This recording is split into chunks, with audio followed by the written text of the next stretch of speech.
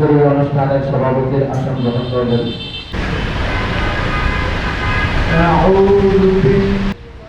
দৃষ্টিপাত তথ্য উপস্থাপন করছি।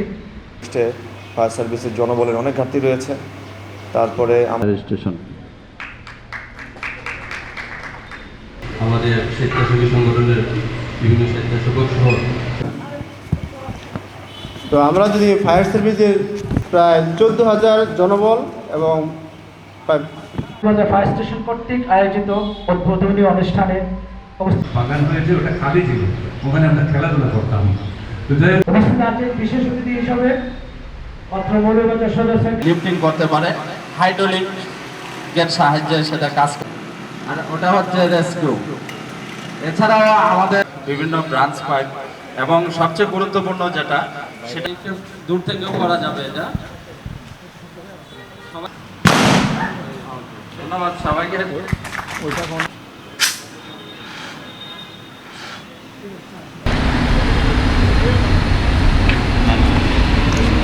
প্রত্যেকটা ছাত্রছাত্রী থেকে শুরু করে আমাদের জনসাধারণের বেসিক কিছু ট্রেনিং থাকা প্রয়োজন।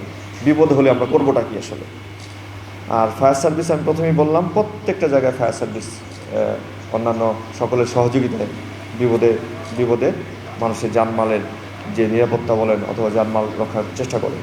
আগুন লাগার ক্ষেত্রে তো বটেই, আগুন লাগা অথবা অন্যান্য যে কোনো ক্ষেত্রে একটা অ্যাক্সিডেন্ট হলেও অনেক সময় ফায়ার সার্ভিসের সহযোগিতা পুলিশ নিয়ে থাকে, প্রশাসন নিয়ে থাকে, এবং সবার সহযোগিতায় তখন এই বিপদ থেকে মানুষজনকে আমরা উদ্ধার করতে পারি। তো ফায়ার সার্ভিসের আরও আমি বলবো যে প্রতিরোধমূলক যে কার্যক্রম, ছাত্রছাত্রীদের নিয়ে ক্যাম্পেইন করা, ভূমিকম্প নিয়ে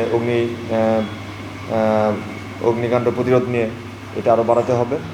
যদিও বাংলাদেশের কনটেক্সটে ফায়ার সার্ভিসের জনবলের অনেক ঘাটতি রয়েছে, তারপরে আমাদের জনগণ সচেতন না, আমরা বিল্ডিং কোড মেনে বিল্ডিংটা করি না, অগ্নি যে একটা ফায়ার সেফটির যে প্ল্যানটা থাকা দরকার সেই প্ল্যানটা আমরা মানি না, অথবা ইভেন আমাদের সরকারি অফিসগুলিতেও যেই ফায়ার সেফটি প্ল্যান সেটা আমরা নিজেরাও জানি না বা ঠিকমতো কার্যকর কিনা সেটাও জানি না। এই বিল্ডিংটা ইভেন এত পুরানো হয়ে গেছে, সে ব্যাপারে আমাদের হয়তো এটা নিয়ে একটু উদ্যোগী হতে হবে যে কীভাবে এই বিল্ডিংটাকে নতুন করে তৈরি করা যায়। কারণ ফায়ার সার্ভিস এখন ভূমিকম্প হলে তারা মানুষকে বাঁচানোর জন্য যাবে, সেই ক্ষেত্রে তারাই যদি নিজেরা বিপদে পড়ে তাহলে মানুষ বাঁচাবে কীভাবে।